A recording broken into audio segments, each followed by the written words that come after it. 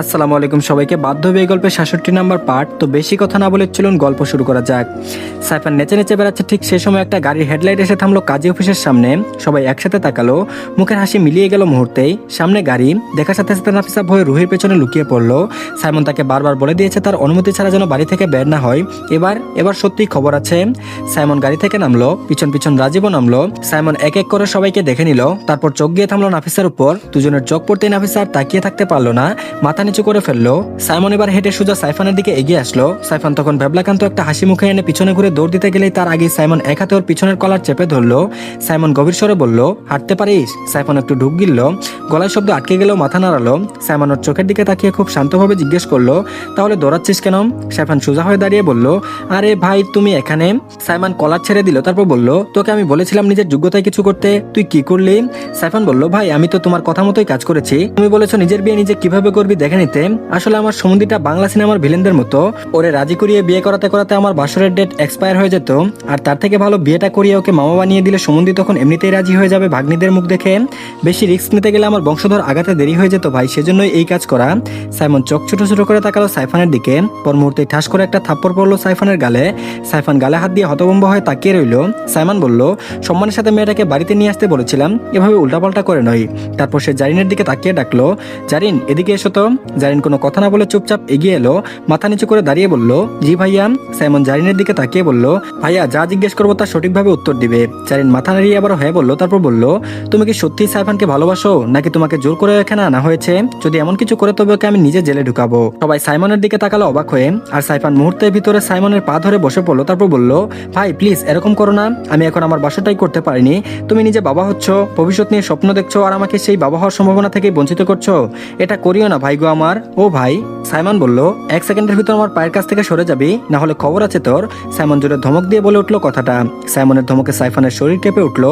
কোনো কথা না বলে সে ধীরে ধীরে সরে এলো, দূরে গিয়ে দাঁড়ালো, তারপর বলল, হে আল্লাহ, এমন ভাই কারো দিও না যে ভাই নিজের ভাইয়ের বাসর করতে সাহায্য করার মন নেই। আর শুধু আমার বাসর না, আমার ভবিষ্যৎটাই পিছিয়ে দেওয়ার পরিকল্পনা চলছে আল্লাহ। সাইমন জারিনকে আবারও বলল, আমার কোশ্চেনের অ্যান্সার দাও। জারিন মাথা নাড়লো, তারপর শান্ত গলায় বলল, আমি নিজ ইচ্ছায় এসেছি, আমি ভালোবাসি সাইফানকে, আর আমরা দুজনেই প্রাপ্তবয়স্ক, নিজেদের সিদ্ধান্ত নেওয়ার অধিকার আছে। ভাইয়া সাইফানকে যেন কিছু না বলা হয়।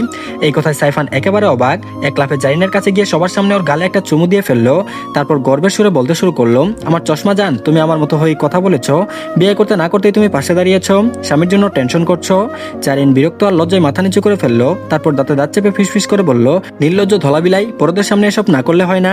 সাইফান না দমে উল্টো হেসে বলল, আমি তো বড়দের কাছ থেকেই শিখেছি, গালে চুমু দিয়েছি মাত্র। তোমার ওয়ান এন্ড অনলি ভাসুর তো সবার সামনে বউকে জড়িয়ে ধরে ঠোঁটে ঠোঁট বসিয়ে চুমু দেয়। এই কথাই এতক্ষণ যে সবাই ভয়ে ছিল, কিন্তু সবাই হঠাৎ অবাক হয়ে সাইমনের দিকে তাকিয়ে গেল। নাফিসা লজ্জায় রুহির পেছনে আরো গুটিয়ে গেল। এইবার সাইফানের চোখ গেল সাইমনের দিকে। সাইমন তাকিয়ে আছে, চোখে আগুন, মনে হচ্ছে এখন ওই গিলে খাবে।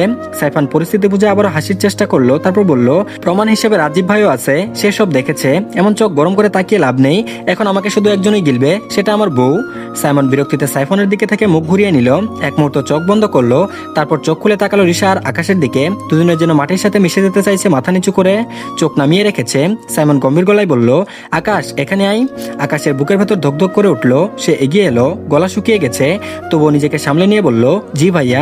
সাইমন ওর দিকে তাকালো, সেই তাকানোতে রাগ আছে, দায়িত্ব আছে, আবার কোথাও যেন এক ফোঁটা ভয়ও, বোনকে হারানোর ভয়। সাইমন বলল, স্পষ্ট করে উত্তর দিবি। সাইমন বলল, আমার বোনকে তুই ভালোবাসিস নাকি জোর করে নিয়ে আসা হয়েছে বলে বিয়ে করেছিস? মনে রাখবি, আমার বোন কোনো খেলনা না, এখন প্রেসারে পরে বিয়ে করবি, দুদিন পর আমার বোনের সাথে খারাপ ব্যবহার করবি।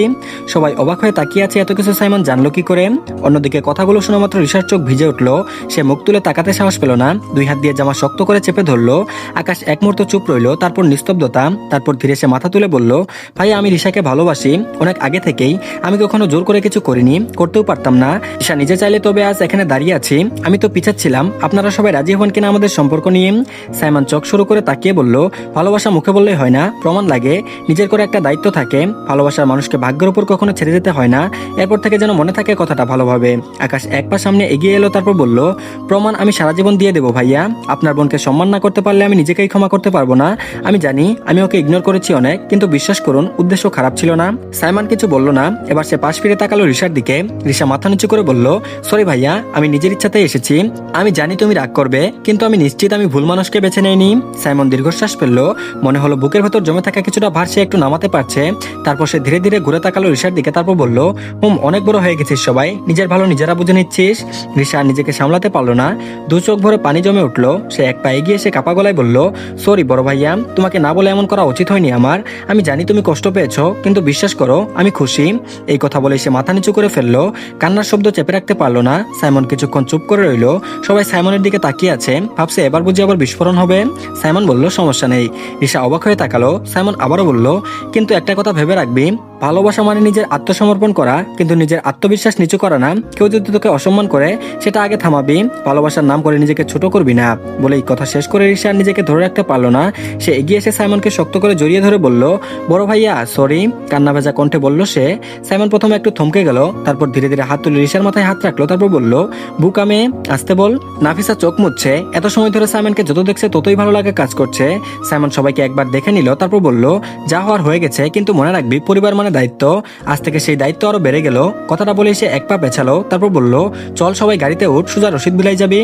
সবাই সাইমনের কথা মতো গাড়িতে একে একে উঠতে লাগলো। নাফিসা রুহির পিছনে লুকিয়ে যেতে লাগলো, আর মাঝে মাঝে উকি দিয়ে দেখছে সাইমন কি করছে। সাইমন রাজীবের সাথে কথা বলছে, সেটা দেখে নাফিসা একটা স্বস্তির নিঃশ্বাস ফেললো। গাড়িতে উঠতে যাবে ঠিক সেই সময় সাইমন বলল, মিসেস সাইমন তাহের রশিদ, আপনি কোথায় যাচ্ছেন? সাইমনের গম্ভীর স্বর শুনে নাফিসা চোখ বুজে মাথা নিচু করে নিল। এবার নিশ্চয়ই ডিএসপি সাহেব তাকে রিমান্ডে নিবে। গাড়িগুলো আগে থেকে বেরিয়ে গেল। রাস্তা ফাঁকা হয়ে এলে চারপাশ কেমন চুপচাপ হয়ে গেল। নাফিসা তখনও মাথা নিচু করে দাঁড়িয়ে, মনে হচ্ছে মাটির ভেতর ঢুকে যেতে পারলেই বাঁচে। সাইমন আবারও ডাকলো, গলা ঠান্ডা। গাড়ির দরজা খুলে শুধু বলল, মিসেস সাইমন তাহের রশিদ, দাঁড়িয়ে থাকলে হবে, গাড়িতে ওঠেন। নাফিসা চুপচাপ গিয়ে সামনে বসলো। বুক ধক করে উঠছে। দরজা বন্ধ হতেই সাইমন নিজের সিটে গিয়ে বসে পড়ে। গাড়ি স্টার্ট দিল। কিছু দূর পর্যন্ত কেউ কিছু বলল না, শুধু গাড়ির শব্দ। নাফিসা চুপচাপ জানলার বাইরে তাকিয়ে আছে। ভেতরে ভেতরে কি বলবে কি হবে এসবই ভাবছে। হঠাৎ সাইমন রাস্তার পাশে গাড়ি থামালো। নাফিসা চমকে মাথা তুললো। অজান্তে একটা ঢুক গিলল। তার চোখ গিয়ে আটকালো সাইমনের মুখে। সাইমন ধীরে ধীরে তার দিকে ঘুরে তাকালো, কিছু না বলে এক হাতে নাফিসার কোমর টেনে তাকে নিজের কোলে বসিয়ে দিল। নাফিসা স্তব্ধ, তারপর বলল, ডিএসপি সাহেব। সাইমন গম্ভীর গলায় বলল, চুপ, একদম চুপ, এখন আমি কথা বলবো। নাফিসা চুপ হয়ে গেল, মাথা আরো নিচু করে থুতনির কাছে ঠেকালো। সাইমন আবারও বলল, তোমার এত সাহস হলো কিভাবে মিসেস সাইমন তাহের রাশিদ? আমাকে না বলে এইভাবে চলে আসো। আমাকে দিয়ে চুরি করিয়েছো সেটা এক কথা, তার উপর এবার কিডন্যাপার বানিয়ে দিলে আমাকে। নাফিসা কাপা গলায় বলল, আমি তো। নাফিসার কথা শেষ হওয়ার আগে সাইমন আবারও বলে উঠলো, তোমার হাজবেন্ড একজন পুলিশ অফিসার, ডিএসপি, এটা ভুলে গেছো নাকি? আমাকে দিয়ে না চাইতেও বউ চুরি, ডাকাতি আর কিডন্যাপিং করাচ্ছ। আমার জাত যাবে তো এবার বউ, সাথে পুলিশ সমাজেরও যাবে। নাফিসার চোখে পানি জমে উঠলো, তারপর বলল, আমি কাউকে কিডন্যাপ করিনি। সাইমন বলল, ওহো না। সাইমন ভ্রু তুললো, তারপর বলল, আমার বোনকে পালাতে সাহায্য করা কি?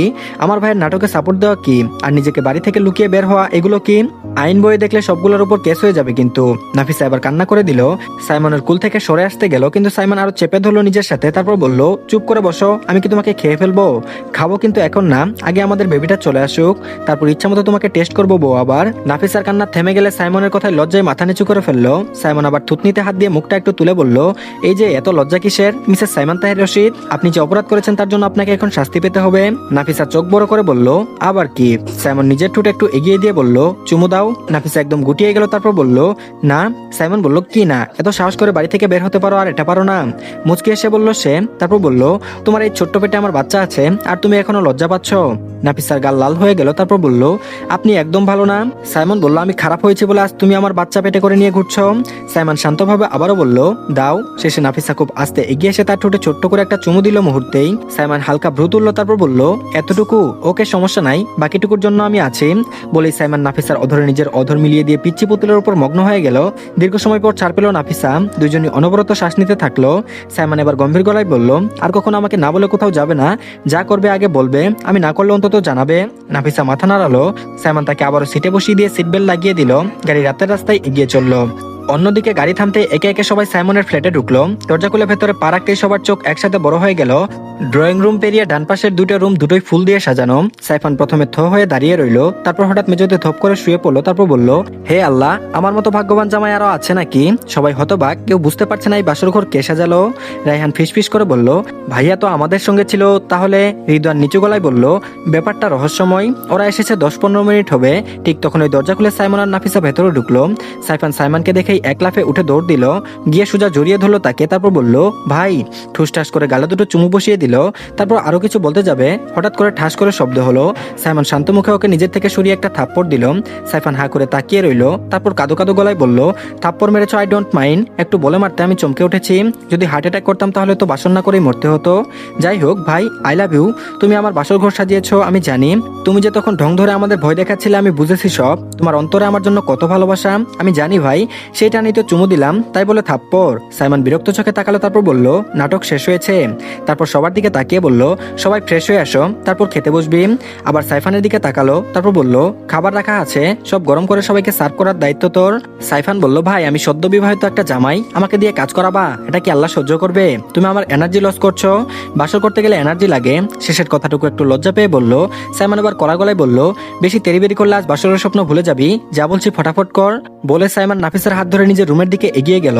সাইমন যেতে সাইফান মুখ বাঁকিয়ে বলল, হিটলার একটা ভাই হয়েছে, সবাই শুধু আমার বাসরের দিকে নজর দেয়, পুরো জীবনটাই জিঙ্গালালাম। তারপর আকাশের দিকে তাকালো, তারপর বলল, এই তুই শালা এখন তো আমার বোনের বেড়া, আয় হাতে হাতে কাজ কর। আকাশ কোনো উত্তর না দিয়ে সোজা কিচেনের দিকে চলে গেল, চুপচাপ খাবার গরম করতে শুরু করলো। সেটা দেখে সাইফান মুখ ভেঙচিয়ে বলল, সবকটা একরকম। তবুও নিজে হাত লাগালো। ড্রয়িং রুমে দাঁড়িয়ে সবাই হেসে কুটি কুটি।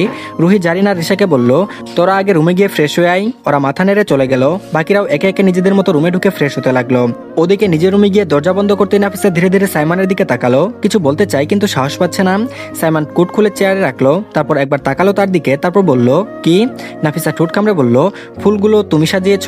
সাইমন এক সেকেন্ড চুপ করে থাকলো, তারপর নির্লিপ্ত গলায় বলল, বাসর ঘরকে নিজেরা সাজাতে দিই নাকি? ওয়েট, তোমার কি ইচ্ছে হচ্ছে ফুল দিয়ে বাসর সাজিয়ে বাসর করতে? আবার নো প্রবলেম, বেবিটা হওয়ার পর সব করবো। ধৈর্য ধরো বউ, ধৈর্য ধরো। নাফিসা সাইমনের কথা শুনে হা হয়ে গেল। ও কখন একথা বললো ওর বাসর করতে ইচ্ছে করছে? দিন দিন অদ্ভুত আচরণ হয়ে উঠছে। নাফিসা নিজেকে সামলিয়ে আস্তে আস্তে বলল, তাহলে এত রাগ করছিলে কেন? সাইমন কাছে এসে দাঁড়ালো, তারপর বলল, রাগ করেছি কারণ দায়িত্ব না বুঝে কাজ করেছে সবাই, আর সাজিয়েছি কারণ যা হয়েছে সেটা সম্মানের সাথে হোক। নাফিসা চুপ করে তাকিয়ে রইল তার দিকে। ওর হালাল পুরুষের প্রতি ওর ভালোবাসা আরো বাড়ছে দিনকে দিন। আর এদিকে কিছুক্ষণ পর ডাইনিং টেবিলে সবাই বসে গেল। সাইফান এক একজনের প্লেটে ভাত বেড়ে দিচ্ছে আর মুখে বকবক করছে। তারপর বলল, এই নাও ভাত, এই নাও মুরগি, আমার হাতে রান্না খেয়ে যেন কেউ প্রেমে পড়ে যাস না কিন্তু। এর ভিতরে রাজীব এসে উপস্থিত হয়েছে, খেতে বসেছে। রাজীব হেসে বলল, আগে সার্ভ ঠিক মতো কর, তারপর প্রেমের চিন্তা করিস। সবাই খাওয়া শুরু করলো। সাইমন আর নাফিসা খেতে আসেনি, ওদেরকে ডাকতে যাওয়া হয়েছিল। সাইমন সময় হলে খেয়ে নিবে বলেছে। আসার টাইমে নাফিসাকে গাড়ির ভিতর খাবার দিয়েছিল, ও খেতে খেতে এসেছে, সেজন্য আর খাবার নিয়ে মাথা ব্যথা নেই। তো ধন্যবাদ সবাইকে, এই পার্টটি এই পর্যন্তই। সবাই চ্যানেলটিকে সাবস্ক্রাইব করে দেন আর ভালো থাকবেন সবাই। আল্লাহ হাফেজ।